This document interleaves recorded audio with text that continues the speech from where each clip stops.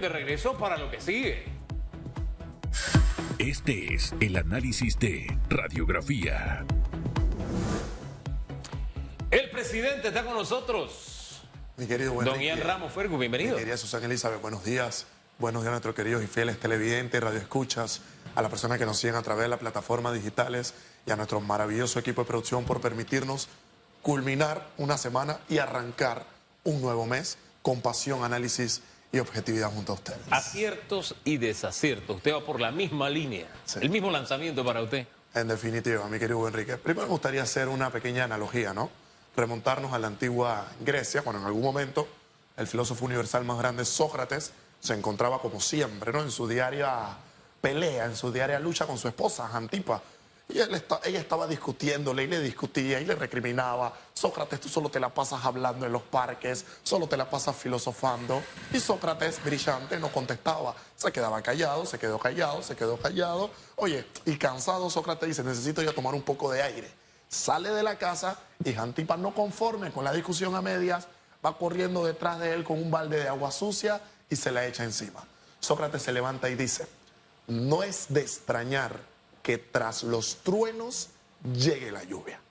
Y la lluvia que nosotros estamos teniendo hoy a 3 años del gobierno es sin duda alguna los truenos que el propio gobierno ha sembrado. Porque nosotros tenemos que ver dos gobiernos efectivamente para poder hablar de un balance político que hemos tenido hasta la fecha. Está el gobierno que hizo propuestas para llegar a una silla presidencial y ese gobierno, ninguna propuesta hoy me puede decir que la ha cumplido. O sea, ese gobierno que hizo todo un movimiento nacional en base a ideas, en base a propuestas para efectivamente enrumbar los cimientos del país, ese gobierno no existe porque a hoy, 3 años que se cumplen de ese momento en el cual efectivamente llegaron al Ejecutivo, no hay ninguna propuesta que efectivamente se ha podido realizar. Pero luego nace un segundo gobierno y es que efectivamente frente a condiciones especiales uno debe tomar condiciones especiales. Frente a condiciones y a factores extraordinarios, pues uno debe de vestirse de factores y de respuestas extraordinarias. Y luego podemos hablar un poco del gobierno que da respuesta a medio, diría yo, a los elementos de la pandemia.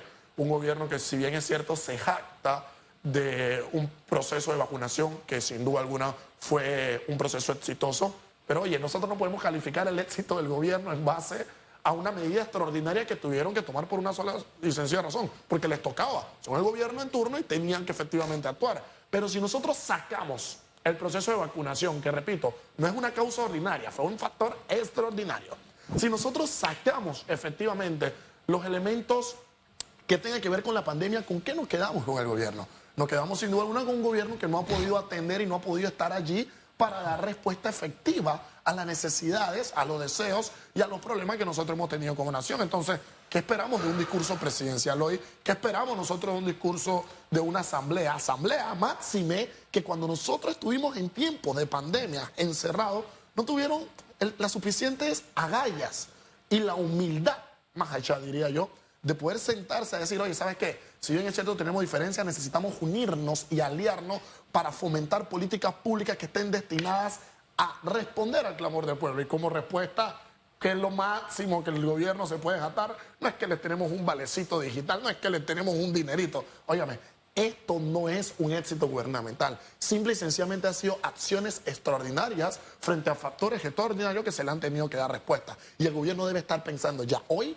en los 2 años que nos quedan de trabajo, cómo enrumbar ese barco que se llama Panamá para efectivamente darle respuesta a toda la ciudadanía que está en la calle. ¿Saben por qué está la gente en la calle? ¿Por qué hay protesta? ¿Y por qué hay lucha? ¿Y por qué hay huelga? Porque no es de extrañar que tras los truenos que ustedes mismos han causado, ya ha llegado la lluvia. Presidente, gracias por estar esta mañana en Radiografía. De Gracias pasión por su en el mismo de los análisis. seres Gracias, humanos. Ian. Un placer siempre compartir con ustedes. Esperemos que una